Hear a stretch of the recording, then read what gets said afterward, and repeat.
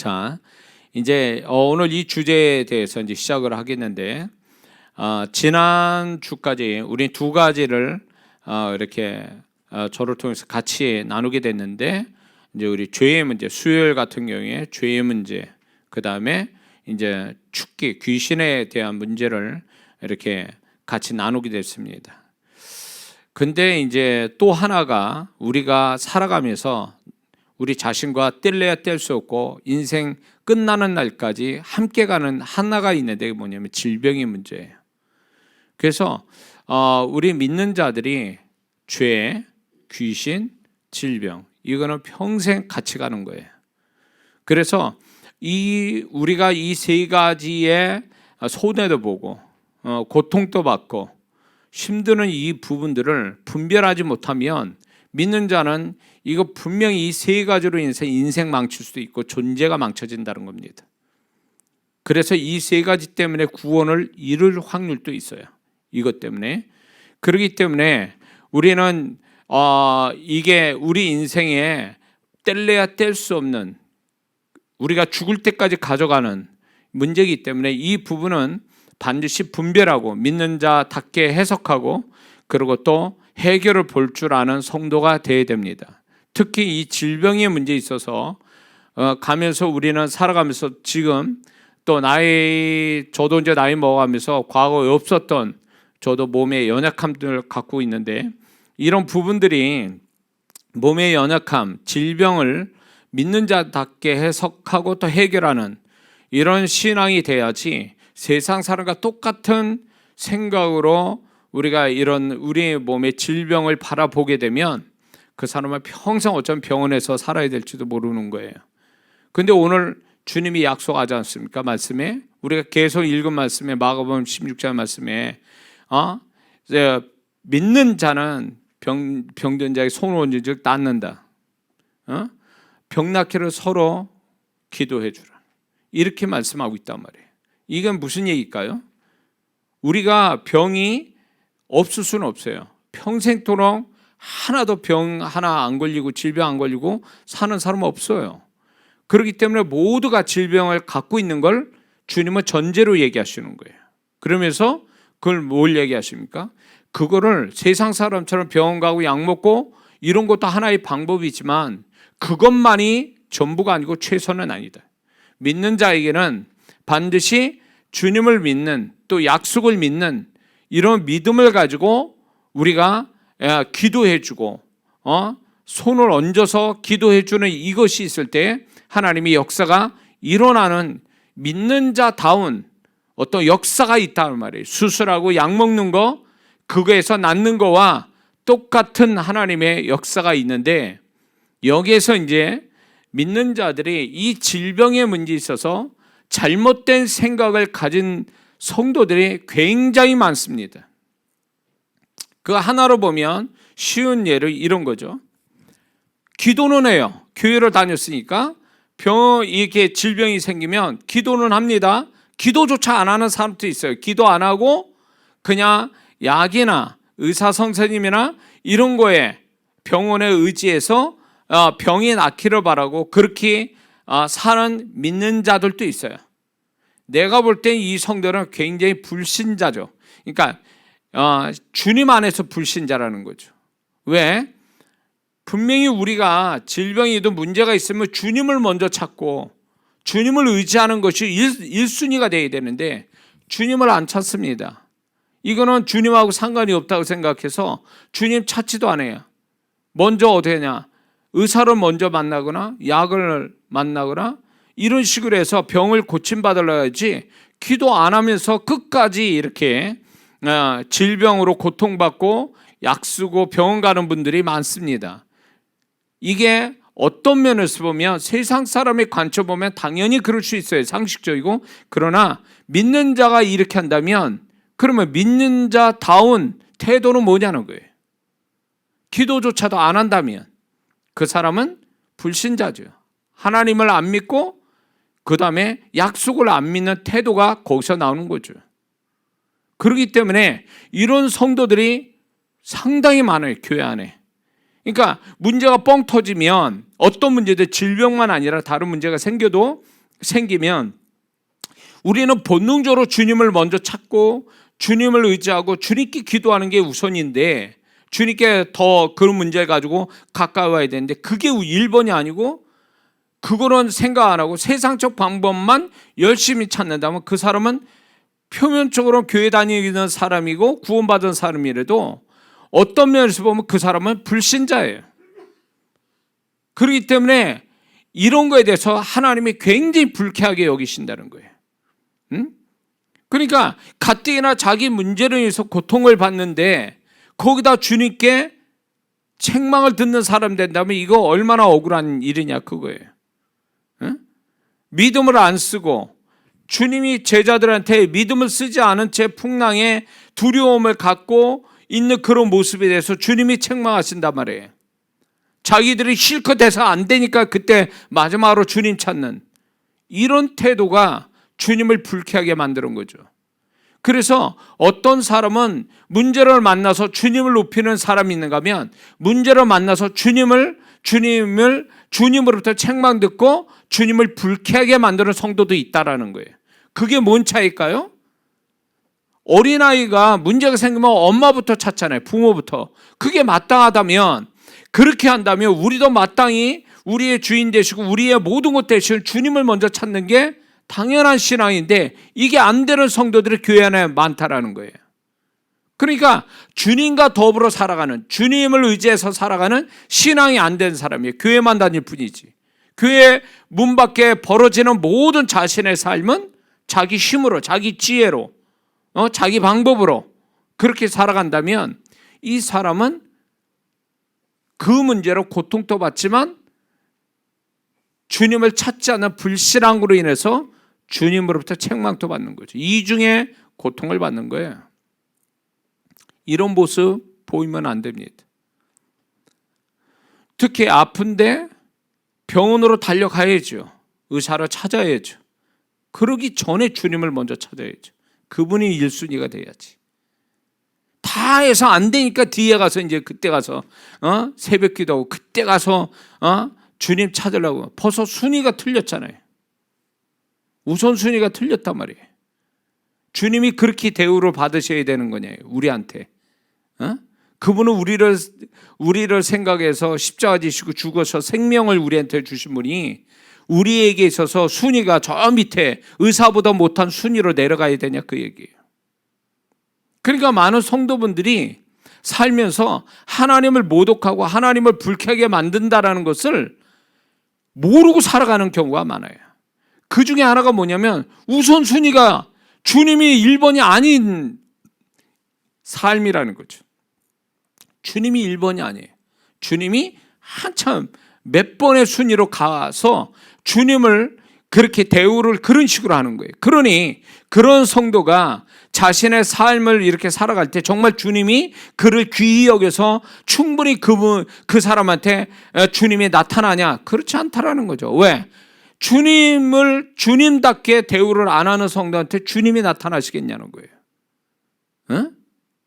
그러니까 오늘날 성도들이 주님을 그렇게 불쾌하게 만드는 성도들이 있음에도 불구하고 그런 걸 전혀 모르게 살아가는 감각이 없는 거죠. 주님과의 소통이 안 되는 사람이니까 주님이 자기에 대해서 불쾌하게 여긴다라는 거, 책망한다는 거조차도 모르고 살아가는 거예요. 그 중에 하나가 이거예요. 우선순위의 문제. 누가 병원 가지 말랬냐고, 누가 약 먹지 말라고 그랬냐고, 그거 좋다 그거예요. 그러면 그게 먼저냐 그거예요. 그게 그런 문제들이 결국 하나님이 우리에게 허락하신 이유가 뭘까요? 주님을 먼저 찾으라고 사인을 보내는 거 아니냐 말이에요. 주 나의 모든 것이라고 찬송을 부르며 찬양 부르면서 주님이 모든 것 되어주는 게 아니라 필요할 때만 주님이 자기가 주님을 찾을 때만 주님으로 인식하는 사람이 많다는 거죠. 모든 것 되어주시는 주님이 아니라는 거예요. 주님은 저기 있는데 어느 시인처럼 내가 불러주기 전에는 그는 나에게 아무 의미가 없다라는 그런 시 아실 거예요. 주님이 계시는데 주님을 찾잖아요. 그러면 그 주님은 주님이 아닌 거예요. 그 사람한테는. 그러니 그러면서 자기는 주님이라고 불러요. 실제 생활에서는 주님이 아닌데 입으로는 주님이라고 불러요. 그러면 주님이 그거를 기쁘게 받으시겠냐 말이죠. 안 받으시죠. 이게 얼마나 이게 문제예요. 주님과의 관계. 이 얘기가 길어지는데 분명히 여기에 영상으로 참여하는 성도들도 이거 못 깨달아가지고 주님이 자신의 삶에 충분히 나타나지 못하는 원인이 어디 있냐? 주님을 1번으로 두지 않아서 그래요. 예? 그러니까 주님이 기뻐할 수가 없는 거죠. 내가 너에게 있어서 내가 그 순위밖에 안 되냐 이런 거죠. 주님을 무시하면서 자기는 주님을 존중한다고 생각해요. 존중이 사무엘상 2장에 나를 존중히 여긴 자를 내가 존중히 여기고 나를 멸시한 자를 내가 경멸히 여기를. 그대로 그대로 하신다는 거예요. 심은 대로 네가 하는 대로 내가 그렇게 하겠다. 그렇다면 우리가 살아가면서 모든 게 주님을 뭐 잘하든 못하든 내가 주님을 1번으로 두면 그분이 나를 존귀 여겨서 나를 또 이렇게 돌보아 주시고 은혜 주실 텐데 그렇지 못하는 경우는 결국 내가 주님을 우습게 봐서 그렇게 된 거예요. 그건 내가 우습게 본다고 봐서 그렇게 된 게 아니라 결국 순위에 떨어지는 주님이라면 그 자체가 벌써 주님을 우습게 보는 거죠. 왜 문제가 있는데도 왜 주님을 먼저 안 찾느냐는 거죠. 그러니까 그 주님의 감정을 느끼지 못하는 거예요. 마음 안에서. 그건 다시 말해서 주님과의 마음과 마음이 소통이 끊어진 상태에서 있기 때문에 전혀 감지를 못하는 거예요. 그러나 주님과 늘 사는 사람이면 주님이 그 감정을 그 사람한테 나타내거든요. 좋든 나쁘든 좋은 거면 좋은 대로 나쁘면 나쁜 거대로 슬프면 슬픈 대로 다 그 사람한테 감정을 나타내시거든요. 그럴 때 주님이 그렇게 생각하시구나. 그러면서 주님을 의식해서 주님을 높이는 이런 삶이 돼야 주님과 함께 사는 주님의 사람이 되는 거죠. 믿습니까? 그래서 이 질병에 관해서 많은 성도분들이 주님을 우선으로 두지 않고 병원부터 먼저 가고 약부터 찾는 이것은 세상 사람이나 똑같다라는 얘기죠. 이거는 믿는 자의 태도가 절대 아니라는 거예요. 먼저 주님을 찾아야지. 그래서 이게 잘못됐다는 거예요. 응? 주님을 저 밑에다 순위로 두고 막판에 그냥 이것저것 안 되니까 주님을 마지막에 찾는다. 그러니까 질병을 가진 분들 잘 들으셔야 돼요. 지금 그것 때문에 고민하는 분들, 고통받고 있는 분들은요, 정말 내가 주님을 1번으로 두고 그렇게 살아왔는지, 내가 이런 고통 속에 주님이 항상 1번이었는지 한번 생각해 보라는 거예요. 응? 약 쓰고 이것저것 안 되니까 그때 와서 마지막에 주님 찾았다면 그 사람 그거 회개해야 돼요. 그러니까 주님이 안 나타나는 거예요. 그분이 죽은 자도 살리시는 그분이 뭔들 못 고치겠어요. 그분이. 근데 순위가 주님을 저 밑에 두니 주님의 무슨 역사를 하냐고. 응? 그리고 고쳐달래 자기. 응? 그거는 뭔가 좀 그렇잖아요. 자식놈이 부모를 우선으로 생각하고 부모를 존중해야 되는데 지 친구가 먼저고 지 애인이 먼저고 자기 주변에 있는 사람들, 이해관계 있는 나를 돕는 사람이 먼저고 부모는 저 밑에다 두고 그러면 그 자식이 제대로 된 자식이냐고. 그 부모는 마음이 어떻겠어요? 그 부모가 정말 그 자식을 도와줄 수 있느냐? 절대 그렇지 않아요. 나 같아도 안 해요. 그런 거. 그런 식으로 한다면 어떻게 키웠는데? 그렇지 않습니까? 주님이 우리를 어떻게 사랑하시고 어떻게 하셨는데 우리가 왜 그분이 나에게 그런 취급을 받으셔야 되냐는 거지. 대우는커녕 취급을 받는 거지.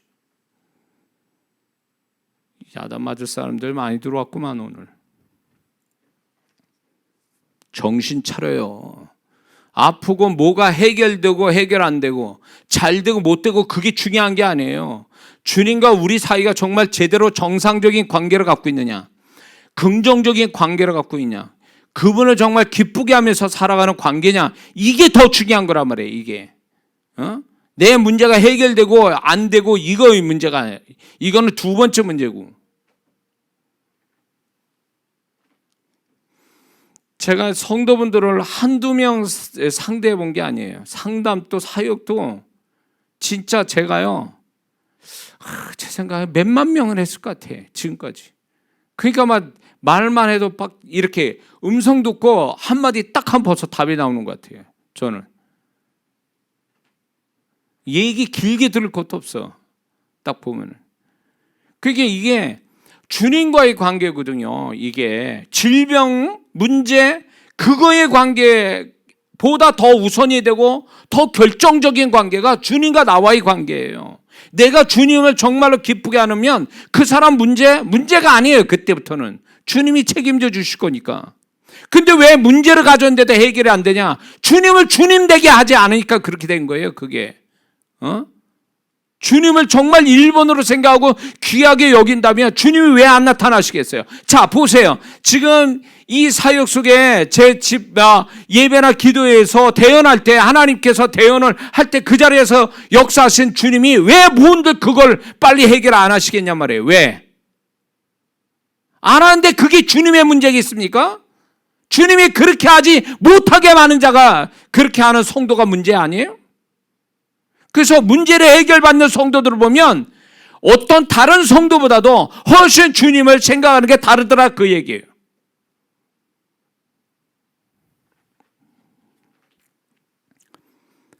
이게 주님과의 관계에서 다 결정나는 거예요. 내 축복이나 내 모든 것들이 그분과의 사이에서 다 결정나는 건데 그분과의 관계는 전혀 고려하지 않아요. 그거를 중요하게 여기지 않아요. 그러니까 자기 삶이 그렇게 주님의 손길이 풍성히 나타나지도 않고 금방 하나님이 주님이 역사해 주셔야 되는데 그것도 안 되고 그걸 주님 탓할 수 있냐고. 자기가 주님께 어떻게 했냐 말이에요. 자기 자신이 주님께. 주님을 개떡같이 여기고 주님은 순위에서 한참 두고 자기가 더 중요하고 이런 식으로 해가지고 무슨 주님의 은혜와 축복을 받을 생각하냐 그 얘기예요. 정작 나를 도와주신 주님은 저 밑에도 두고 아주 잘 들어와서 누군지 몰라도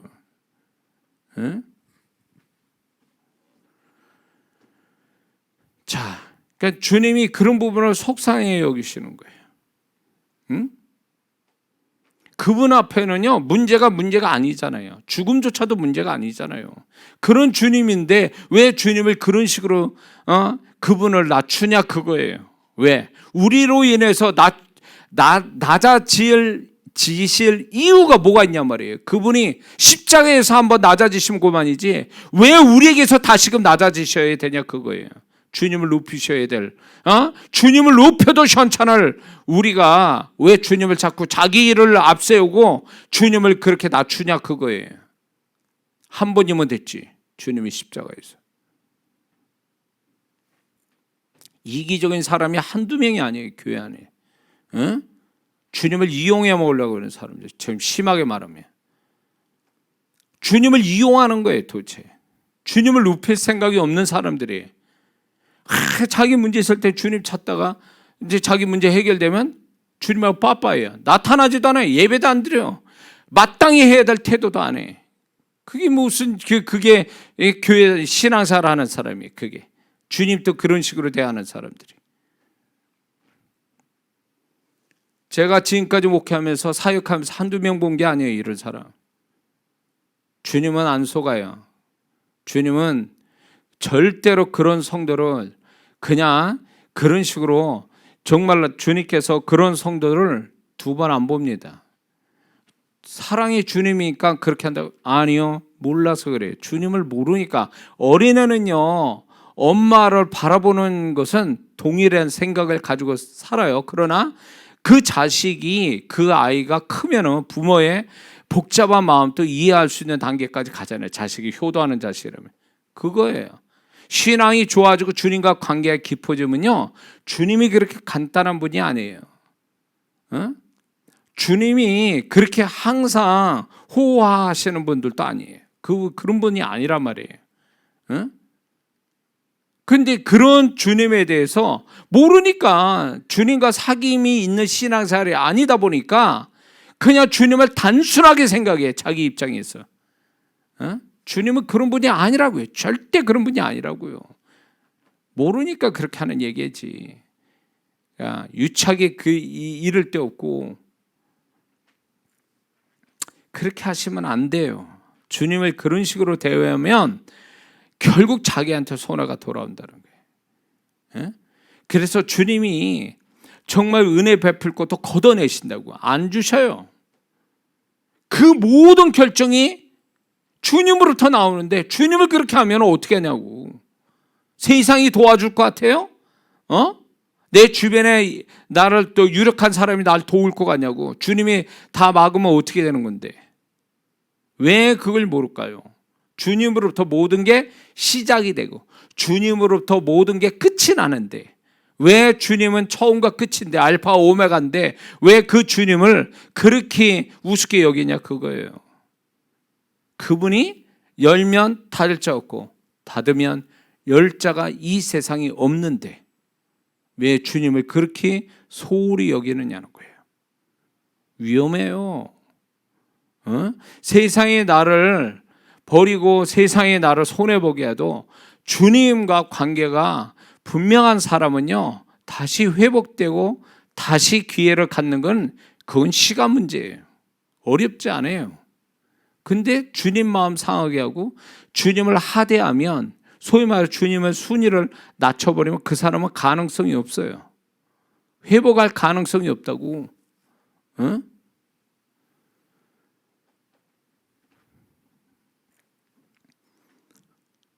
제가 주님의 음성 듣고 주님의 마음으로 사역하는 걸 한두 해 한 사람이 아니기 때문에 주님에 대한 이런 감정, 주님에 대한 생각, 주님에 대한 이렇게 어떤 이런 것들을 제가 적어도 제가 자랑이 아니라 그 부분은 다른 사람보다 조금 더 안다고 생각해요, 저는.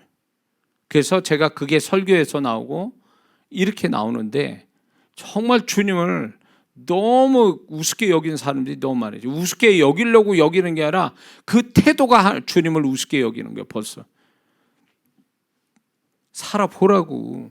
살아보면 답이 나와요. 살아보면 그게 아니었구나.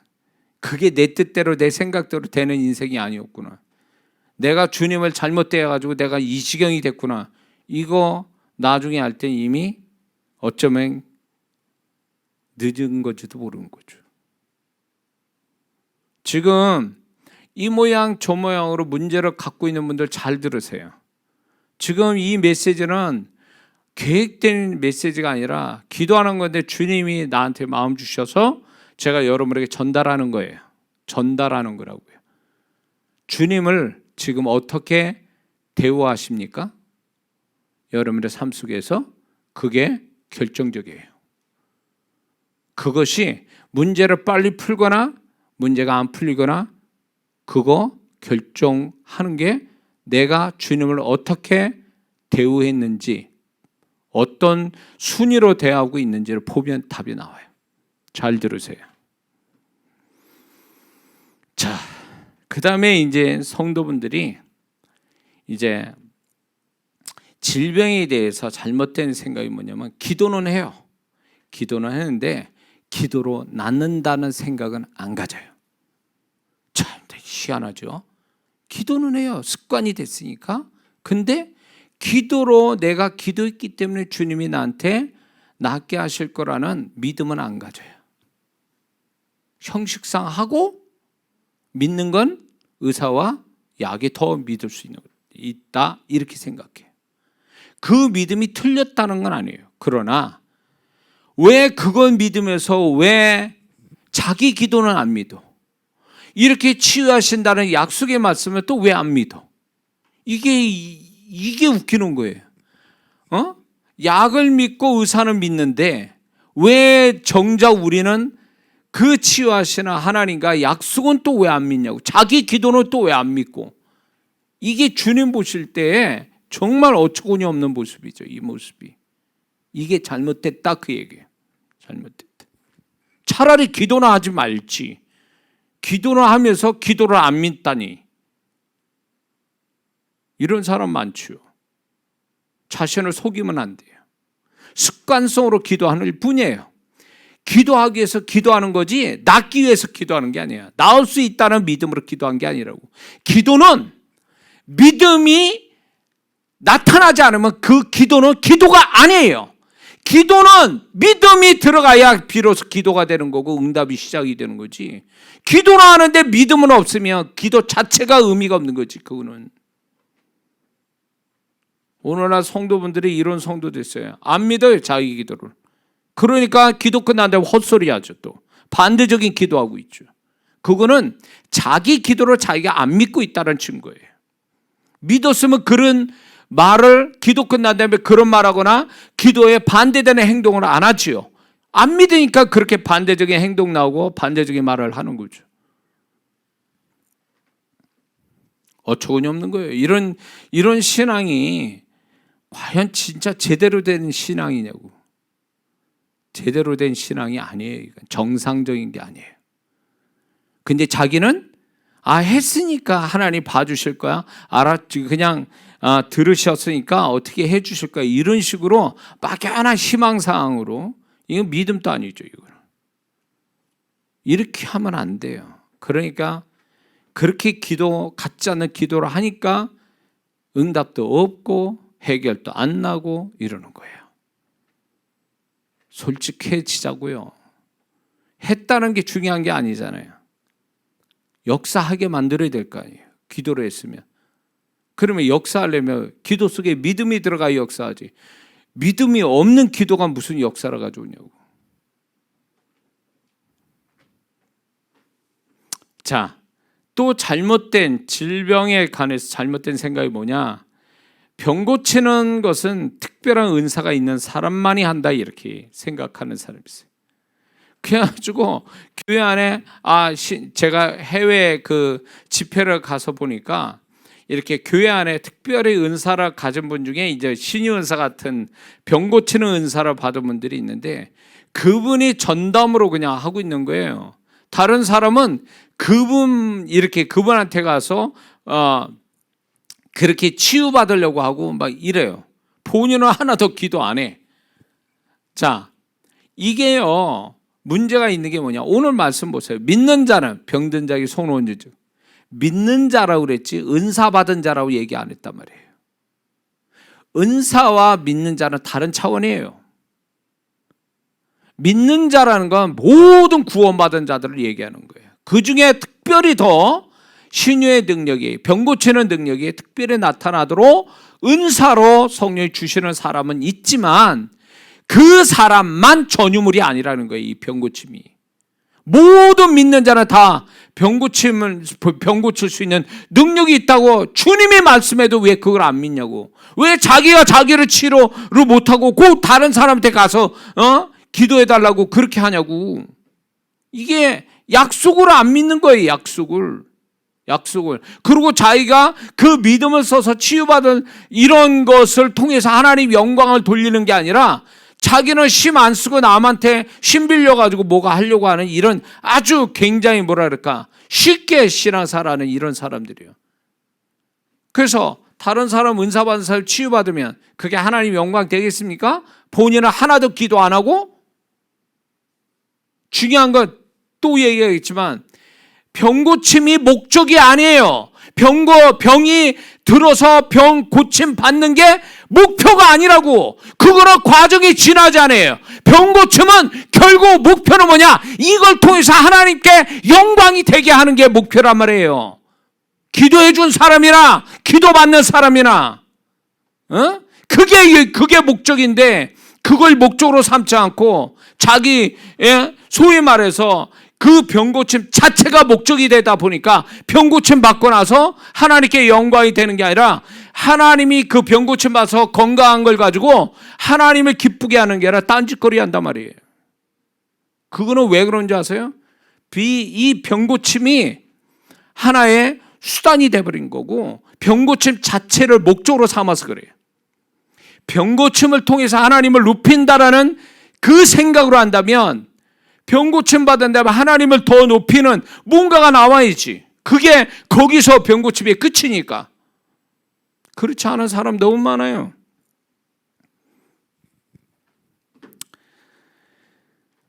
그러니까 이게 능력이 나오는 게 중요한 게 아니에요. 성령의 능력이 나오는 게 그게 그거 가지고 잘난 척하는 사람은 얼마나 많은지 몰라요.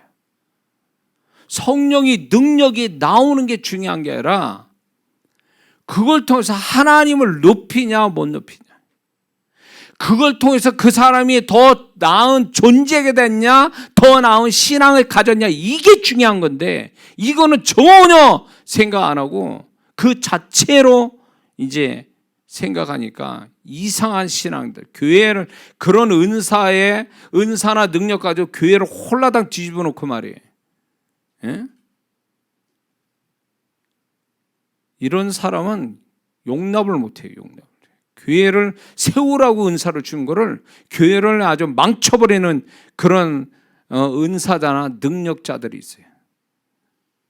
그런 분들은 만약에 그렇게 그런 개념 가지고 사역하는 분들 있으면 저한테 오지 마세요. 그거 아는 순간에 제가 그냥 그분을 먹통으로 만들 테니까 아예 그 능력이 나오지 못하게. 왜 그러냐? 그건 하나님의 뜻이 아니에요. 그렇게 하는 거는요. 왜 그 사람한테 그런 능력을 왜 주셨겠어요? 하나님께서. 영혼을 살리고 교회를 세우라고 주신 거를 그것이 아니고 사단이 좋아하는 일하고 그게 하나님 기뻐할 수 없는 그런 모습으로 갖는다면 그 사람은 그 능력을 걷어내야 돼요. 그것 때문에 그 영혼도 망칠 수 있으니까.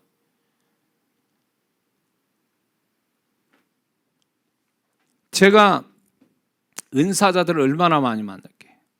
그런 소위 말해서 사역하신 분들.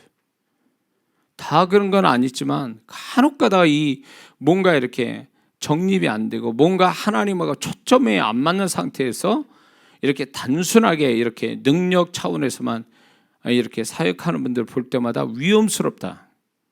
주님 앞에 위험스러워요. 그날에 주님께서 우리를 그 주님이 주신 걸 이제 책임을 물으실 때 그거 어떻게 감당하려고 그래? 책임을 물으신다는 게 내가 너한테 맡긴 거 너 이제 내한테 달라. 너 뭘 어떻게 했지? 보고해. 이렇게 나온다. 그럴 때에 정말 진짜 주님이 칭찬할 만한 태도로 가져야지. 그게 아니라 그것이 자기 영광으로 취하고 자기 자랑으로 가버리고 그게 영혼을 세워주는 게 아니라 영혼을 망치고 교회를 무너뜨리고 이러면요, 이거는 하나님이 일하는 사람이 아니고요, 그건 사단이 좋아할 일을 하는 사람이에요. 사단의 도구가 되는 거예요. 성령의 능력을 가지고 사단의 도구가 되어버리고 마는 거예요. 위험스럽습니다. 제가 이렇게 거칠게 얘기한 거를 여러분이 좀 이해해 주시기를 바랍니다.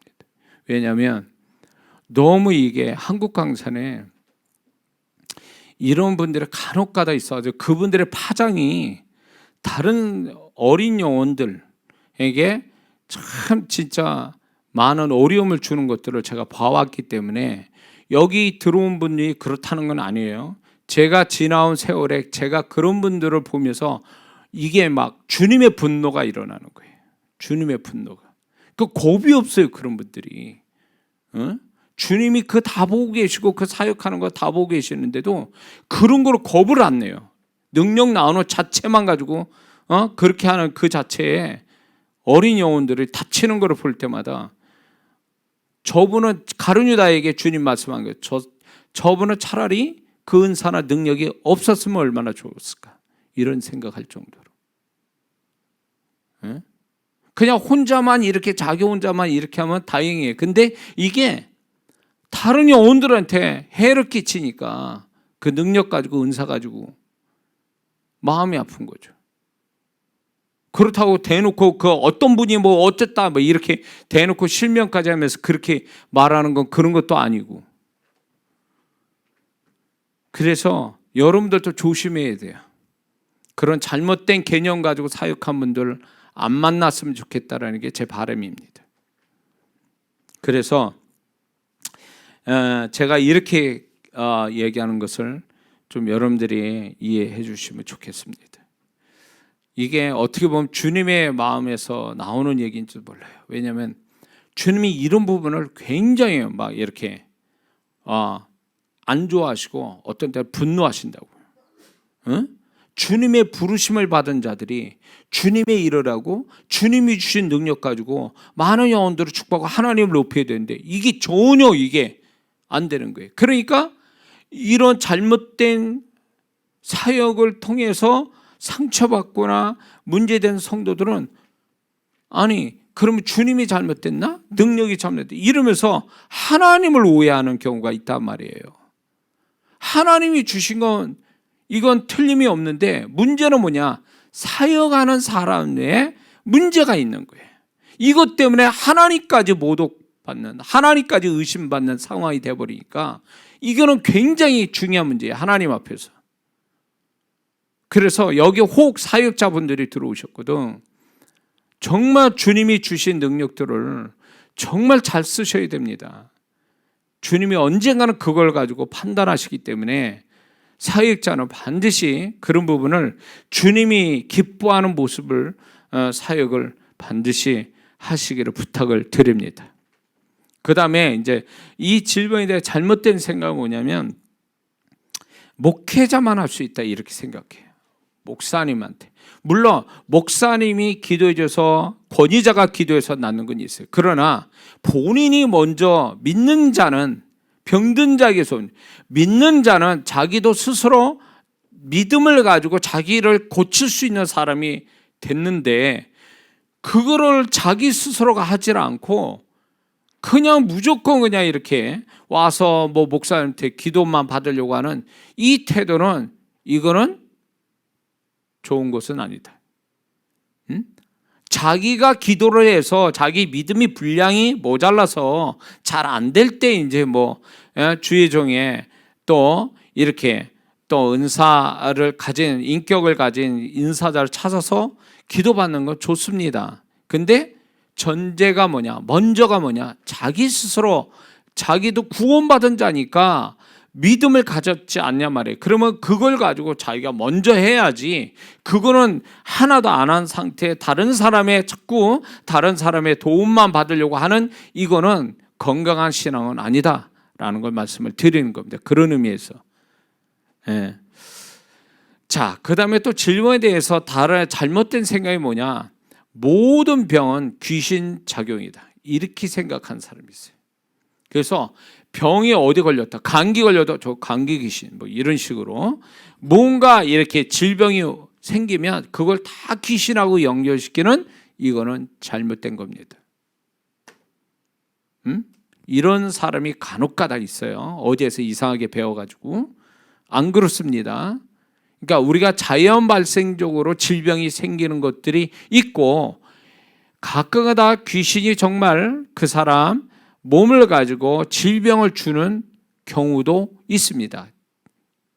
그래서 이제 귀신 축기하는 그 부분에 제가 이전에 얘기했던 거에 제가 얘기한 걸 그걸 다시 한번 보시면 이해가 될 겁니다. 악한 영이 마음과 육체에 들어와서 역사도 한다는 거예요. 근데 그게 100%는 아니다라는 걸 분명히 말씀을 드립니다. 그래서 자기 몸에 질병이 생기는 것이 귀신으로 생긴 것이 아니다. 이거는 물론 그럴 수도 있지만 100%는 아니다라는 거. 그래서 이런 경우 이제 제가 이제 그 악한 영에 대한 분별과 축기에서도 병원에서 조사를 하는데 진료받는데 전혀 이렇게 의학적 수치에서도 아무 문제가 없는데 나는 굉장히 고통을 느낀다. 그러면 그건 축기를 먼저 해봐야 돼요. 왜냐하면 악한 영이 이렇게 그 몸에 역사를 할 때는요 대부분이 의학적으로 잘 증명이 안 되는 것들이 많아요. 근데 실제로는 그 질병으로 고통받고 있거든요. 이거는 이제 축기를 해야 돼요. 이런 거를. 그래서 그런 것들이 분별이 돼서 축기는 할지언정 이게 뭐 아무거나 다 그냥 다 귀신이다 이렇게 생각하는 건 잘못된 거다라는 겁니다. 자, 그 다음에 또 질병에 대해서 잘못된 생각은 뭐냐? 약을 복용하거나 수술을 하면 안 된다. 이런 사람이 있어요. 또 극단적으로 기도를 아예 안 하고 병원부터 약국부터 찾는 그것도 문제지만 이런 분이 있는 거예요. 예, 약도 먹지 말아야 되고 그리고 병원도 가면 안 된다. 이거 위험합니다. 가끔가다 이런 상담 받습니다. 제가 이제 어쩌다가 이렇게 얘기 들어보면 자기는 믿음이 충만하대. 그래가지고 병원 안 가도 나을 것 같다. 그건 자기 기분이지 정말 그게 믿음이냐 말이에요. 제가 이렇게 얘기를 쫙 들어보면 혼의 감정인지 정말 영의 감동인지 영의 믿음인지 이게 구분이 돼야 되는데 안 되는 사람이 많아요. 혼의 감정을 영의 믿음으로 착각하고 있어요. 혼의 신념을 영의 믿음으로 착각하는 사람 많아요. 제가 그런 성도분들을 간혹 가다 보면 절대 그러지 말라고 그래요.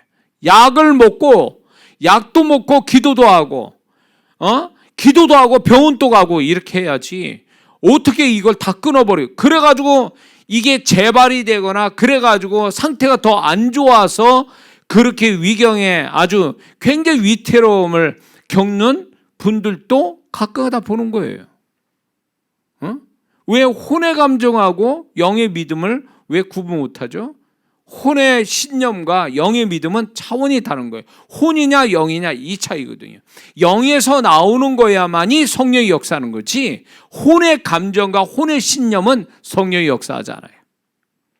이걸 분별을 잘해야 돼요. 그래서 이런 분들한테 꼭 그냥 약을 먹고 병원도 가면서 기도도 하시고 주의 종의 기도도 받고 이렇게 두 가지 다 쓰라고 얘기해요. 예, 그게 정상인 거예요. 예, 혹 가다가 사역자분이 믿음이 좋아서 약 끊으세요. 병원 가지 마세요. 이런 분들도 있어요. 사역자 믿음이지 그 병을 가진 성도의 믿음이 아니거든요. 그 성도의 믿음은 사역자 믿음만큼도 안 되는데 사역자 믿음을 가지고 밀어붙여가지고 병원 가지 마세요. 약 먹지 마세요. 이렇게 하는 건 위험해요. 그러다 그 사람 죽으면 누가 책임질 거예요. 그렇게 하면 안 돼요. 사역자는 사역자 믿음이 따로 있고 정말 병을 가진 성도는 성도의 믿음이 따로 있는 거예요. 믿음의 분량이 다른데 어떻게 그걸 강요한다고 해서 믿음을 강요한다고 해서 그게 될 문제냐? 절대 그렇지 않아요. 절대 그렇지 않단 말이에요. 그러니까 함부로 사역자분이 병원 가지 마세요. 약 먹지 마세요. 이렇게 얘기하지 마세요. 큰일 납니다. 그거. 그렇게 하시면 안 돼요.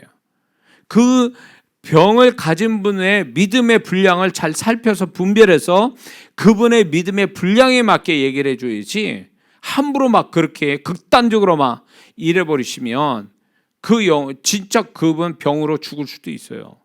잘못되면 그거 회복이 안 돼 그러면 그 사역자가 책임져야 돼요. 그렇게 하다가 잘못 얘기하면. 그러니까 이분이 정말 진짜 하나님의 믿음을 가졌다. 영의 믿음을 분명히 가져서 이분이 병을 가진 분이 이 믿음이 정말 확실하다면 그러면 믿음대로 해보세요. 이렇게 얘기해서 그분이 믿음대로 하게끔은 이제 나도 보다가 이제 정말 분별이 잘 돼서 이분이 정말 믿음이 이 병을 나을 만한 극복할 만한 믿음이 있으면 정말 약을 끊고 병원 안 가도 나을 수 있어요. 그러나 그거는 아주 굉장히 좀 소위 말하면 그건 신중을 기하지 않으면 잘못될 확률이 높아요. 그래서 저는 항상 그래요. 신중하게 그분이 그런 믿음을 가졌다 할지라도 약은 약대로 쓰세요. 약을 쓴다고 그래서 병원 의사 만난다고 그래서 하나님 책망하지 않습니다. 그리고 그 믿음이 잘못되는 것도 아닙니다. 이렇게 얘기해요. 이런 분들이 있어요.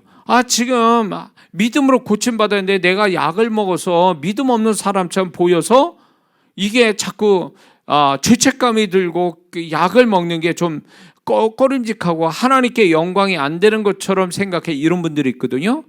그런 생각하지 마세요. 그렇게 생각하시면 안 돼요.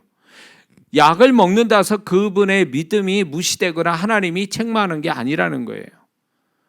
병원 간다 그래서 그분이 그 병이 병원 간다 그래서 그분의 믿음이 약화되거나 그 믿음을 쓰지 않는 것에 대해서 주님이 책망하는 건 절대 아니라는 거예요. 두 가지가 같이 가야지. 안 될 때 두 가지 같이 가야지. 이걸 한쪽으로 선택하라. 이게 잘못된 생각이에요. 믿음을 선택할래? 너 병원을 선택할래? 이런 식으로 하면서 둘 중에 하나 선택해야 돼. 이런 식으로 몰아가면 큰일 납니다. 왜 두 가지 중에 하나를 선택해야 되죠? 두 가지가 다 같이 가야 되는 건데. 그러니까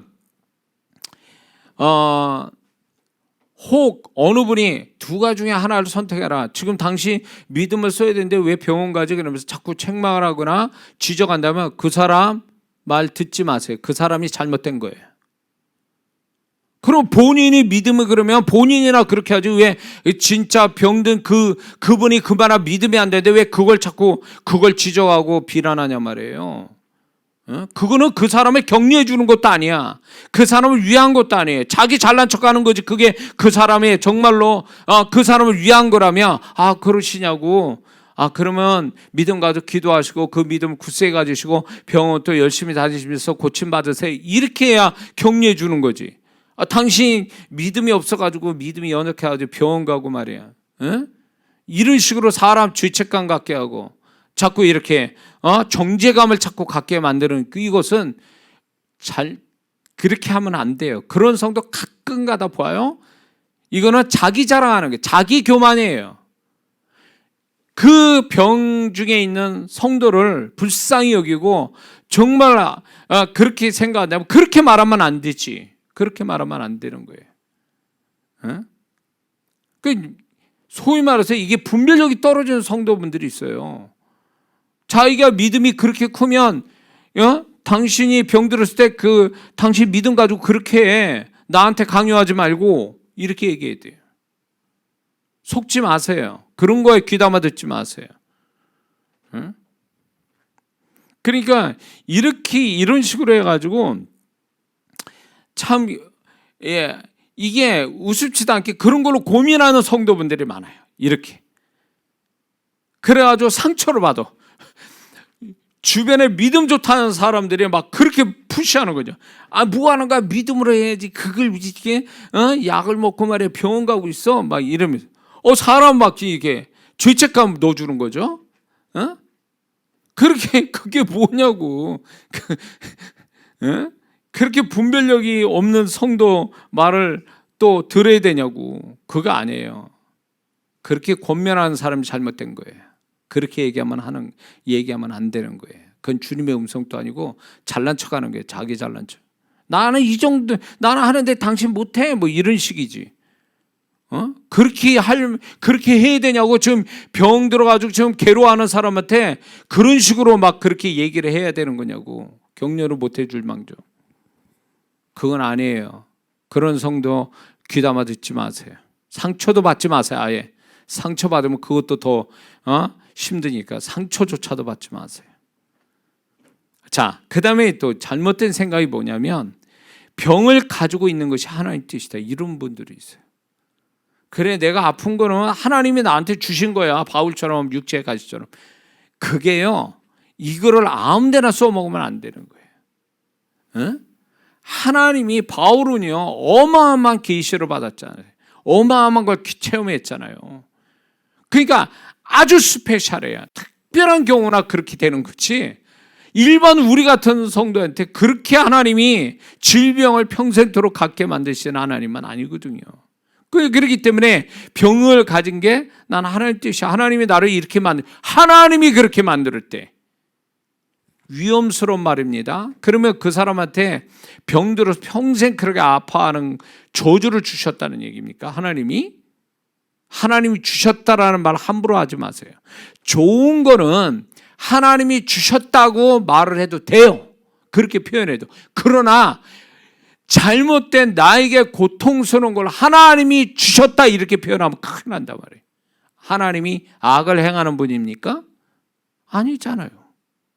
그래서 하나님이 나에게 뭐 불행하게 만들려고 작정하고 나한테 그렇게 하셨다라고, 하나님이 나한테 그렇게 하셨다 이렇게 표현하면 큰일 나는 거예요. 물론 내가 잘못해서 징계 차원에서 하나님이 징계하는 건 있죠. 잘못했기 때문에. 그러나 내가 징계받을 일이 아니라 병이 생긴 게 징계받을 생긴 거 아니면 하나님이 주셨다는 말을 함부로 하지 말라는 얘기예요. 그렇기 때문에 이거는 하나님 뜻이 아니에요. 병들어서 병을 가지고 사는 것이 하나님 뜻이다? 누가 그래요? 그렇게 누가 얘기하냐고. 그렇지 않아요. 하나님, 예수님이 우리 채찍에 맞아 우리 질병을 낫게 해주시는 그 보혈을 흘려주셨는데, 고통 가운데 그걸 뭐냐 말이에요. 그러면 그분은 나를 질병에서 자유케 하시고 치유해 주려고 고통의 보혈을 흘렸는데, 그러면 내가 병드는 게 하나님 뜻이고 병을 가지고 평생 사는 게 하나님 뜻이면 주님의 그 고통으로 흘리신 보혈은 무언 관계 있냐고. 그러면 나하고 상관이 없다는 얘기예요? 그건 아니지. 잘못 생각하고 있는 거예요. 그거는. 우리는 주님은 내가 그 질병에서 벗어나고 온전한 건강을 갖는 게 주님의 뜻이에요. 믿습니까? 내 영혼이 잘래같이 범사에 달리고 강건하기를 원하노라. 그분은 우리가 이게 모든 영혼 육이 다 강건해지기를 원하는 거죠. 하나님께서. 그러면 우리의 질병은 하나님의 뜻이 아니라 건강한 게 하나님의 뜻이라는 거죠. 그런 믿음에서 우리가 낫기를 위해서 기도하고 주님 찾아야지, 이게 하나님이 나한테 이 병을 가지라고 평생 가지라고 주셨는지도 몰라 이러면서 불신앙적인 의심하면서 기도하는 것은 잘못된 태도라는 거예요. 나아야지. 낫는 게 하나님 뜻이니까 나아야죠. 자기의 이 낫고자 하는 하나님의 약속을 믿지 않는 나를 탓해야지, 질병을 치유 안 해주시는 하나님이 탓하면 안 돼. 하나님 탓하면 안 된다는 거죠. 자, 무슨 얘기인지 이해가 되시죠?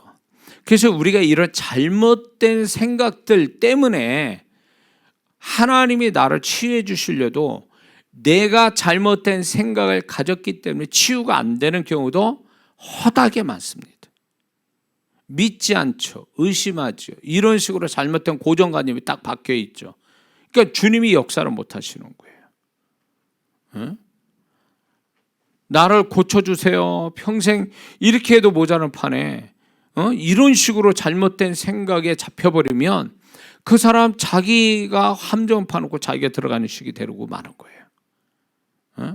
우리 하나님은, 예수님이 왜 가난하지 않는 분이 왜 가난을 덮어쓰고 이 세상에서 33년 사셔야 돼요? 그분은요, 나를 부역하기 위해서 긴 시간 동안 대속해 주신 거예요. 우리의 가난을요. 그분이 왜 고통받으면서 십자가 보혈을 흘리셔야 돼요? 나를 치유해 주시고 징계받음으로 우리가 평화를 누리게 하시고, 모든 게 그분의 대속이에요. 우리가 겪을 수 있는 거를 그분이 대속해서 고통받으셔서 우리가 그 대속의 은혜를 입어서 그런 것들의 저주에서 벗어나라고 그분이 우리 위해서 희생당하신 게 아니냐 말이에요. 그럼 우리는 당연히 누려야지. 누리는 게 그분의 은혜를 보답하는 게 아니냐 말이에요. 누려야지. 누리지 않는 채 계속 그거를 의심하고 자기 신념, 고정관념에 있어서 주님의 대속의 축복을 못 받고 산다면 그거는요, 자기 책임인데다가 주님이 아주 속상할 일이에요. 그분이 희생해서 우리를 잘되게 하려고 하는데 왜 나는 잘되는 걸 누리지 못하고 사냐는 거예요. 내가 잘못된 거지. 내가.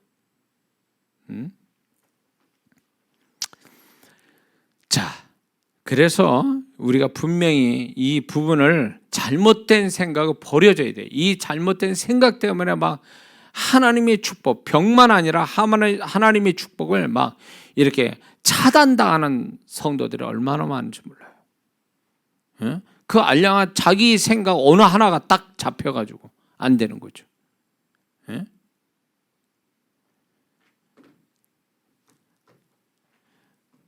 자, 그래서 신앙사람에서 제가 이제 이렇게 목사로서 많은 성도분들을 상대하고 이렇게 지금까지 목회하면서 하나님께서 우리에게 어떤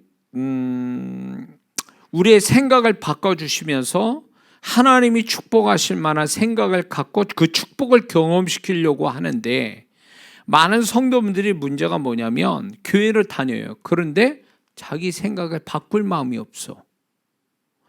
그래서 자기 고정관념, 살아온 고정관념을 그대로 가지고 신앙생활을 해요.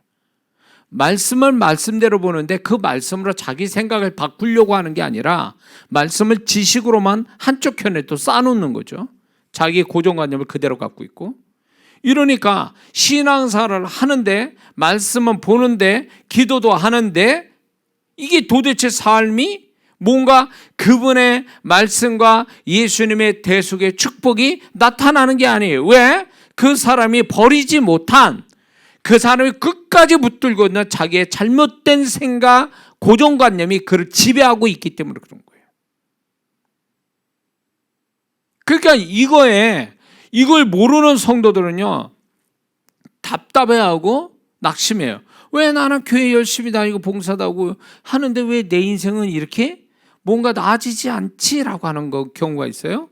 그거는 하나님이 역사 안에서가 아니라, 하나님이 역사하려고 해도 이 사람이 기존에 계속 믿기 전부터 가지고 있는 고정관념들이 하나님의 말씀을 깨져서 새로운 하나님의 생각을 가져야 역사가 오고, 그게 보이고 들리고 알게 되어서 그 사람이 하나님의 손길을 경험하는데, 이 고정관념을 못 버리는 거예요. 못 버려요. 하나님 말씀 때 이겨먹는 고정관념이에요. 내 생각은요 이런 거지, 내 경험으로는요 이래.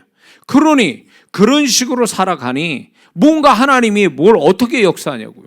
그 사람이 주인 돼가지고, 자기 생각이 주인 돼가지고 있는데, 말씀도 안 깨지고, 말씀으로도 안 깨지고, 은혜로도 안 깨지고, 성령의 임재로도 안 깨지는 그 성도를 하나님은 어떻게 할 방법이 없는 거죠. 그럼 자기 생각대로 가는 거예요. 답답한 거죠. 하나님도 답답하고 그 영혼도 답답한 거예요. 신앙생활 잘한다는 게 뭔지 아세요? 내가 그분의 마음과 그분의 말씀에 깨져버리는 거예요. 내 생각이 깨지는 거예요. 생각이. 행동이 바뀌는 게 아니라 생각이 깨지는 거예요. 생각이. 이게 아니었구나. 내가 지금까지 살아온 게 이게 잘못됐구나. 하나님이 이렇게 생각하시는 거구나. 하나님 말씀이 이런 거. 그래서 이게 생각이 하나님 말씀과 그분의 마음으로 새롭게 이식되어서 새로운 어떤 생각의 틀을 갖는 거, 이게 신앙생활이거든요. 아멘 하세요. 근데 이게 새로운 하나님이 주신 생각의 틀을 갖고 사는 게 아니라 자기 고정관념, 자기 생각을 그대로 가지고 신앙생활 하니까 이게 안 맞는 거예요. 하나님과 핀트가 안 맞는 게, 이게 초점이 안 맞으니까 소통이 됩니까? 주님이 함께 하심이 나타납니까? 그게 보여집니까? 주님은 이쪽 가라는데 자기를 저쪽 가고 있고, 지금 자기 생각에 따라서 상황 따라 흘러가 버리고. 그런데 무슨 하나님이 역사해요? 그러면 하나님이 쫓아가서 역사합니까? 아니요, 절대 그런 하나님 아니에요. 네가 내가 원하는 자리에 나와 같은 방향으로 가기 전까지는 너는 나하고 상관이 없다, 이거예요. 왜 이걸 모를까요? 그냥 자기가 아무데나 흘러가면 주님이 쫓아와서 막 이렇게 뭘 해주셔야 되는 거예요? 어디서 배운 하나님이에요? 그 하나님은 누가 그렇게 가르칩니까? 몰라도 한참 모르는 거죠. 하나님을 잘못 알고 있는 게, 그러니까 자기만의 하나님을 가지고 있어요. 성경 그대로의 하나님이 아니라 자기만의 하나님이에요. 자기가 만든 하나님. 그렇고 그 잘못된 하나님을 섬기면서 살아가니 뭐가 나오냐고. 답이 안 나오죠. 그건 하나님도 아니죠. 자기가 만든 우상이겠죠. 이게 심각한 거예요. 병 고침 받는 것보다 더 심각한 근본적인 문제는 여기 있어요. 이게. 그러니까 저 같은 경우도요, 목사하면서 계속 저도 뭐 강한 사람이, 생각이 강하고요, 어릴 때부터 고집이 세다는 얘기도 듣고 제 생각이 강해요. 고정관념도 있고 그걸로 목사까지 됐는데 목사가 됐으면서도 이게 안 깨지는 거예요. 안 깨지고 목회를 하니까 내가 악하게 사는 것도 아닌데 하나님의 흔적이 안 나타나. 결국 보니까 내 문제, 내 이 생각, 안 깨지는 내 생각, 아직도 하나님과 하나님의 생각으로 체인지 되지 않는 이 생각 자체가 나를 괴롭히고 있었던 거지. 하나님이 문제가 아니라 내 생각이 나를 고난을 넣어주고 그 내 생각이 나를 힘들게 만들어버린 거예요. 하나님은 절대 그런 게 아닌데 나 혼자 고생하는 거예요. 내가 내 스스로 고생을 만들어버린 거예요. 왜 그렇게 사냐고. 응? 희한하다. 오늘 여기에 영상으로 참여한 분들이 뭔가 좀 수상쩍어요. 메시지를 제가 전하면서 느끼는 것 같아요. 어느 다른 메시지하고 달라요. 도움이 됐으면 좋겠습니다. 여기에 주님의 음성이 있어요. 제가 전하는 데서 잘 분별하셔야 돼요. 그래서 이게요, 하나님이 우리 인생을 축복할 때요, 현상을 일으키면서 축복을 먼저 하지 않아요. 하나님의 축복은 어디 시작한 줄 아세요? 그 사람 생각에서부터 시작하세요. 그 생각부터 바꿔주시는 거예요. 하나님의 생각을 가지고 살도록 하나님의 생각을 받아들이도록 거기서부터 역사를 하는데 이 생각, 하나님의 생각으로 체인지되는 이 작업이 계속 일어나야 그 사람은 그 생각이 바뀌면 바뀔수록 그 사람의 삶도 하나님의 흔적도 나타남이 달라지는 거예요. 그때부터. 이게 안 달라지니까 맨날 그 타령해. 맨날 그 삶이 그 삶이고. 그게 누구 탓이겠냐고. 그게 하나님 탓이겠냐고. 그거 아니거든요. 그래서 이런 게 있어요. 인간은 죽을 때까지 어리석어요. 미련 맞고 어리석어. 그래서 하나님은 우리의 이 무지함을 깨트리기 위해서 우리를 신앙생활하게 하고 주님을 만나게 하고 말씀을 자꾸 보게 하는 거예요. 그래야 내 어리석음이 깨지니까. 목사인 제가 60 넘어서 이 정도 되니까 이 정도 그나마 어리석음이 어느 정도 좀 주님으로 인해서 어리석음이 벗어지니까 누군가를 가르치고 깨닫는 마음 가지고 얘기할 수 있는 거죠. 목사가 이 정도면 성도는 얼마나 또 헤매겠습니까? 하나님 세운 목사도 이 정도면. 그렇기 때문에 우리가 우리의 잘못된 생각들이 계속 주님께서 이제 내가 얼마나 잘못됐는지를 알게 하시고 자극을 주시고 또 하나님의 생각을 바꿔서 바뀌는 이 작업들을 하도록 우리를 작업을 할 때에 여기서 중요한 게 있어요. 사람이 정직하고 진실하고 성실하고 그리고 겸손한 사람은 이 하나님의 자극을 쉽게 잘 받아서 쉽게 변화를 주어요. 이런 사람은. 이런 성품을 가진 자에게만 이게 빨리빨리 이게 돌아가요.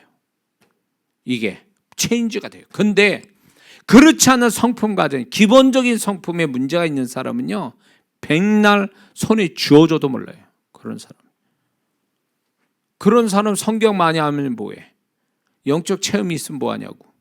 교회 생활 직분 받고 오랫동안 신앙생활을 뭐하냐고. 그 사람이 돌덩어리 같이 생각이 단단하게 자기 생각 가지고 살아가는데 그런 사람은 안 돼요.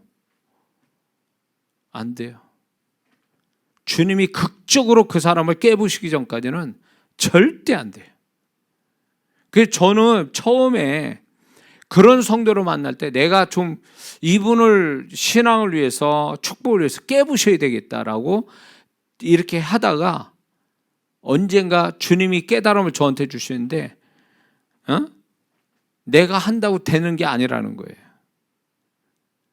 내가 하니까 나중에 뭔 일을 보냐. 나하고 감정이 안 좋아. 나를 싫어해. 나를 미워해. 어? 나는 그 영혼을 위해서 나는 어떻게 좀 잘 되도록 그렇게 하는데 이 잘못 생각하고 있는 거예요. 내 자존심, 나 자존심 상했어 목사님 때문에. 그리고 설교 들어도 저 목사님 나를 까네. 난 자존심 상했어. 나는 내 생각인데 왜 자꾸 목사님이 자꾸 목사님 생각을 나한테 강요하지? 뭐 이렇게. 그건 뭔 얘기를 해요? 그러면 그런 성도한테 무슨 얘기를 해? 그러니까 이런 분들은 제가 아주 충격적으로 경험한 게 뭐냐면 착하고 성격은 좀 있지만 강한 그분이 신앙생활 잘하고 순종을 잘하는데 나중에 알고 보니까 그분의 고정관념은 그대로 있고 그분의 생각에서 선한 성품에서 그냥 그렇게 이게 옳다라고 해서 한 것뿐이지 그게 생각이 바뀌어서 한 게 아니더라 그 얘기예요. 그래서 제가 내가 한 게 아무 의미가 없구나 이게. 의미가 없구나. 그냥 나는 기도해 줄 뿐이고 주님이 역사할 때까지 기다리는 게 최선이구나. 그때 알았어요 제가. 그래서 저는 이렇게 얘기를 합니다. 주님의 음성을 가지고 주님의 주신 마음 가지고 얘기합니다. 못 받아들이잖아요. 끝이에요. 더 이상 얘기 안 해요. 주님 또 얘기 안 하세요. 그 정도의 주님은. 근데 이게 있어요. 주님께서 그 영혼이 정말 주님의 음성 들을 수 있는 어떤 기본적인 자세가 된 사람은요 계속 얘기하세요. 주절주절. 그분이 그 영혼을 위해서 들을 기가 있고 그런 자세가 돼 있으니까 주님은 계속 뭔가 그 영혼에 도움되도록 얘기를 하는데 제 목사 입에서 나오더라 그거예요. 그래서 저분이 주님의 음성을 나한테 전달하고 있다. 이렇게 생각하는 사람은 잘 받아들이는데 저 목사가 뭔데 나한테 저렇게 얘기를 하고 있지? 내 기분 나쁜데? 뭐 이렇게 받아들이는 사람이 있어요. 그러면 주님은 스톱. 얘기 안 하세요. 할 말이 없어. 그게 어떻게 아냐면요. 제가 그 영혼에서 뭔가 도움 주러 말을 하려고 그러면 말이 안 나와. 무슨 얘기할 게 없어. 입이 딱 닫아져요. 그러니까 주님이 얼마나 우리를 인격적으로 대화하시는 거예요. 너 듣기 싫어? 그래, 그럼 나 얘기 안 하지. 이런 거예요. 왜 주님을 그렇게 모르죠? 그러니까 우리가 주님을 꼭 기도 속에서 환상 가운데 신령한 음성 들어야 그게 주님의 음성입니까? 주님은 여러 채널로 우리한테 음성을 전달하잖아요. 제가 유튜브에 전에 한번 얘기했을걸요. 하나님의 음성 확인법이라고 그래가지고 하나님의 음성이 여러 채널들이 있다라는 거 제가 말씀드렸어요.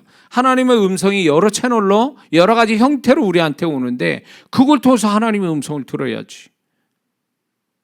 근데 이런 것들을 못 알아듣는 성도들이 많다는 거죠. 자, 그래서 우리가 저는 이게 은사 차원, 능력 차원이 아니라 이 자체를 가지고 이런 어떤 영적인 걸 가지고 우리가 그 핵심은 뭐냐? 은사나 능력이나 영적 체험의 그 핵심 뭐냐? 주님과의 관계예요. 주님과의 관계가 우선이 되고 이게 정립이 돼야 나머지 은사나 능력이나 영적 체험이 문제가 없어요. 그래도 그래야 이제 이게 주님과의 주님과 어떤 사귐이 있고 계속 주님을 알아가고 주님과 소통이 있는 성도는요, 은사나 능력이나 영적 체험이 있어도 걱정스럽지 않아요. 그리고 위험하지 않아요. 왜냐하면 안정적으로 그런 걸 균형을 잡고 조화를 가지고 신화사 잘하거든요, 이런 사람. 근데 이게 중심에 주님과의 소통이 안 되는 사람이 은사나 능력이나 영적 체험이 있으면요, 확 한쪽으로 쏠려버려요. 쏠려서 능력과 은사 되는데 그게 이제 사단의 덫에 걸리는 하나의 시작점이 되는 거죠. 그래서 이게 저는 은사 많은 사역자분들을 지금까지 은사도 접목시키고 뭐 이런 저렇게 제가 사역자분들을 위해서 교회를 섬기니까 이런 사역자분들은 제가 가지고 있는 은사를 임파테이션 해주고 다 이렇게 해서 또 은사도 열어 드리고 막 이렇게 성령이 멱사는 걸 경험시키는데 위험스러운 분이 있어요. 이게 목적이 주님이 아니라 목적이 은사와 능력이에요. 영적 체험이. 이런 분들은 위험스러워요. 이게. 그래서 저는 지금 죄 문제, 귀신 문제, 그다음 병 문제 이거를요 3대 인생에 떼어낼래야 떼어낼 수 없는 3대 우리를 괴롭히는 3가지라고 생각하고 이 부분을 아주 분별하게 하기 위해서 제가 자세히 지금 얘기하고 있지 않습니까? 그래서 이런 것들을 통해서 우리가 능력이 있는 그리스도인이 되어야 되는데 그 능력 이전에 주님과의 소통이 먼저 있어야 되는 거예요. 그래야 이게 주님과의 소통에서 인격이 온전히 주님을 닮은 인격 속에 주님의 통제를 받으면서 이것이 이루어져야 하나님께 영광이 되고 자신한테도 축복이 돼요. 근데 이게 조화를 못 이루잖아요. 이게 균형을 못 잡으면 사람 이상한 사람 됩니다. 저 사람은 차라리 저 체험을 안 했으면, 저런 은사를 능력을 안 받았으면 이렇게 말 나온다는 거죠. 그래서 소위 말해서 한때 잘 쓰임 받다가 엉망진창된 사역자나 이렇게 능력자 이런 분들을 이제 보게 되면 너무 안타까워요. 왜냐하면 그분이 나오는 능력은, 은사는 틀림없어요. 하나님으로부터, 성령으로부터 왔는데 이거를 어떻게 해야 될지를 배운 적이 없어 놓으니까 이거 어린아이 칼 가진 것 같이 위험스럽게 돼버린 거예요. 그래서 저는 교회 안에 이제 마지막 때가 돼서 많은 성도분들이 은사와 능력을 하나님이 막 부어주시죠. 왜냐하면 이단들이고 귀신들이고 능력 가지고 지금 세상을 막 그렇게 어지럽게 만드니까 믿는 자도 분별력이 있고 영적 그리스도인이 되기 위해서 하나님이 교회적으로 지금 능력을 부어주세요.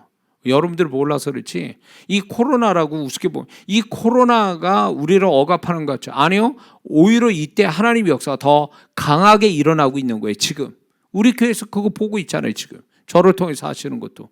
이게 뭐냐면 지금 하나님이 이 엄청난 성령의 능력을 많은 성도들한테 이제 부어주시고 능력 있는 그리스도인에게 막 이렇게 하는데, 그런 것들에 대해서 많은 그리스도인들이 이거를 분별을 못하고 이게 하나님 영광이 되고 자신한테 축복이 되게 이런 것들을 배워야 되는데 어디 가서 배울 데가 없는 거예요. 그러다 보니까 자기 멋대로 하다가 문제가 생겨버리는 거죠. 그래서 저는 이런 분들이 잘만 이렇게 지도받고 훈련만 되면 하나님 앞에 또 교회에 굉장히 귀한 일꾼이 될 수 있는데, 그렇지 못한 거에 너무 안타까운 게 제 마음 한구석에 있습니다. 그래서 나중에 이런 분들을 이제 하나님이 기회를 주시면 이제 이런 분들을 훈련시키는 그런 훈련 기관을 갖는 게 오래전부터 제가 꿈꿔왔던 겁니다. 또 문의하지 마세요. 지금 아니라고 했습니까? 아니라고 그랬습니다. 나중에 하나님이 조건이 다 되고 하나님이 너 이건 좀 이런 사역을 했으면 좋겠다 그럴 때 그때 이제 제가 이제 훈련시키는, 소위 가르치고 훈련시키는 이런 사역을 이제 또 하게 될 겁니다. 그 전에도 해왔지만 그렇게 해서 교회를 세우고 또 사역자를 세우고 이런 사역을 하려고 합니다. 자, 그래서 우리가 이제 이 병고침, 이게 은사도 있지만 병고침은 누구나 다 믿는 자면 할 수 있도록 한 주님이 약속해 주셨다. 이게 이제 중요한 거죠. 그래서 이제 메시지 더 이상 하지 않겠지만 제가 약속을 드리는 것은 지금 이 병고침에 대한 이 메시지를 몇 차례 거쳐서 할지는 저도 모르겠지만 끝날 때에 마지막 타임에 제가 저에게 주신 병고치는 은사나 능력을 접목시켜 드리려고 합니다. 그래서 전주에 얘기할 거예요. 전주에 이제 끝날 마지막 전주에 제가 다음 주에는 제가 병 고치는 은사 임파테이션 하겠습니다. 이렇게 제가 말씀드릴 거예요. 그러면 기도를 충분히 준비하고 이렇게 하는 분들은 이렇게 임파테이션을 믿음으로 받으시면 받는 그 당시에도 현상이 일어나요. 일어날 수밖에 없어. 일어나게 되고 그거를 바로 쓰면 놀라운 일들이 일어날 거예요. 예, 이게 영의 세계. 영의 세계는 시간, 공간 의미 없어요. 믿음으로 사모함으로 영이 교통되면요 연결이 돼가지고 역사는 일어나요. 그러니까 저는 저에게 이렇게 들어오는 분들은 저에게 주시는 모든 은사나 능력들이 접목되기를 바라는 거예요. 그래서 아름답게 쓰기를 바라고 제가 그렇게 사역할 거니까 그때를 기대하세요. 이건 기대해도 되실 것 같아요. 제가 어떻게 역사하는지 또 그런 걸 다 그때 제가 말씀드리고 그걸 어떻게 쓰는지 또 쓸 때 어떤 현상이 일어나는지 이런 거 자세히 다 가르쳐 드릴 겁니다. 그러면 제가 이 병 고치는 것을 효과적 사역까지 이렇게 하게 되면요 어디 가서도 다 할 수 있어요. 이제 장담합니다. 임파테이션까지 해서 은사나 능력이 딱 온 상태에서 제가 가르쳐 드린 거 요거만 하면 정말 자신뿐만 아니라 정말 가까운 사람들도 이런 신유의 능력, 병 고치는 능력 가지고 축복해 줄 수 있는 이게 다반사로 일어나야 되는 거예요. 희귀하게 어떤 사람이 6개월 만에 그 사건이 일어났다. 병 고치 이렇게 대해서는 안 되는 거예요. 교회에 매일매일 이런 어떤 역사가 일어나죠. 하나님의 역사. 이게 교회잖아요. 이런 역사들 서로 간에 하나님의 역사를 간증하고 이렇게 돼야지. 기적과 역사가 희귀하여 1년에 한두 번 일어나는 이런 걸 가지고 자랑해서는 안 돼. 이거 부끄러운 거예요. 하나님의 역사는 계속 일어나야 돼. 매일매일 믿는 자 속에 일어나야 됩니다. 그게 제 바람이에요. 그래서 세상을 우리가 하나님 성령의 능력 가지고 이기는 자가 되는 거죠. 그리고 하나님이 살아계심을 증거하는 거예요. 그런 걸. 그거만큼 확실한 전도가 어디 있어요? 하나님이 나한테 이렇게 역사했다. 내게서 하나님이 이렇게 역사한다. 이걸 그 증거를 가지고 얘기하는데 거기다 무슨 얘기를 해요? 이것만큼 확실한 전도가 어디 있어요? 그거를 흔히 이렇게 말합니다. 능력 전도 이렇게 얘기해요. 앞으로 그렇게 돼야 됩니다. 우리가 복음을 말도 하지만 성령의 능력으로 초대교회처럼 예루살렘 교회처럼 능력 가지고 전도도 하고 자기 신앙 지키고 많은 주변의 영혼들도 지켜주는 이런 일들이 일어나야 될 줄 믿습니다. 기도하겠습니다.